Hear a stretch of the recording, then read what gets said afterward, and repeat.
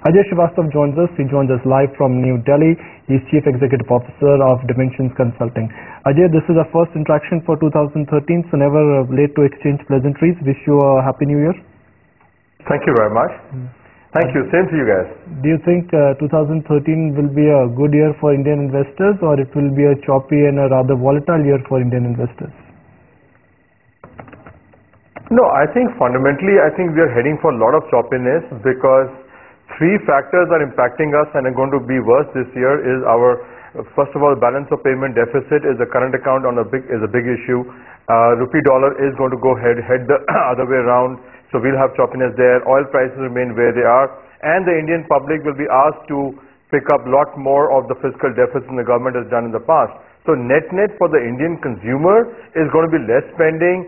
Whether the government gets more profligate, I don't know, which will translate to only one thing, that the equity valuation of quite a bit of companies, barring in the banking sector and in the natural and the mining sector, should take an impact at this year unless the global liquidity remains as robust as ever. You know, the reason I'm saying is that look at September onward, we have been riding on liquidity, not on fundamentals. And I think that's a theme which continues, and you alluded to that just now when you said flows are falling. The fact that fundamental factors are range negative, the liquidity is very good, so the light has become kind of amber, it's not necessarily green. Ajay, so what to your mind could be the ultimate trigger for this market? Surely it cannot be numbers, it cannot be liquidity. For those who are working with the assumption that this market will touch a new high very soon, from where will they get that trigger? I think the two triggers are very important. You know, even we believe that the market should touch a new high before it corrects. Okay, and I think the trigger that we are looking at is three triggers. One is the government coming up with a series of actions saying we will attack the fiscal deficit no matter what happens. I think that's the first big trigger which is coming around. Okay, the second trigger which comes around is the Indian markets are terribly underinvested in the equity market. That's a fact of life. The third big trigger is the banking sector. I think banking sector valuation have gone up over September. If you look at it, almost 50% increase in the PSU prices. But if they can do something wondrous on the NPA side, on the recapitalization side, you can see a good trigger happening. I don't think capital goods is going to write the story. I think it's going to go down back to the banking sector to take the index up again.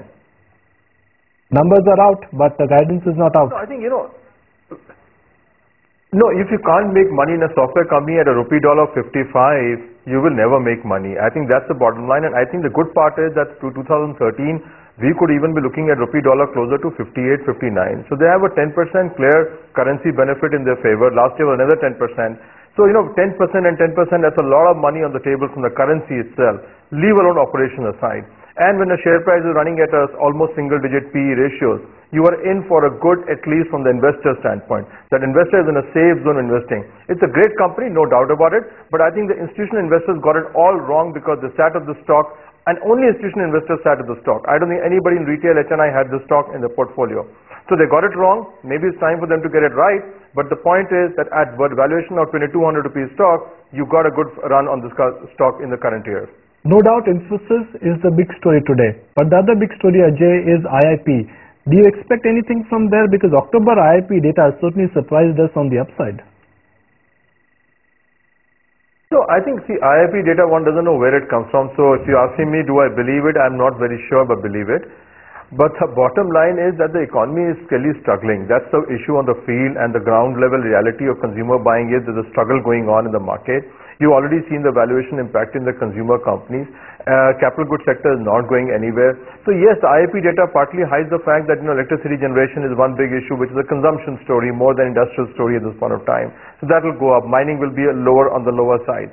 So I don't think there's a growth story happening out there. That's the important point. I don't think we're expecting growth. It will be lower than last, quarter, definitely. I think it will be lower than what we saw the last IIP numbers.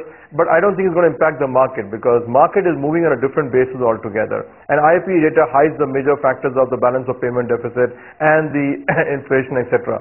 So IIP data will come and go. I don't think it's an impact on the market, but we expect to be lower than what the market expectations is.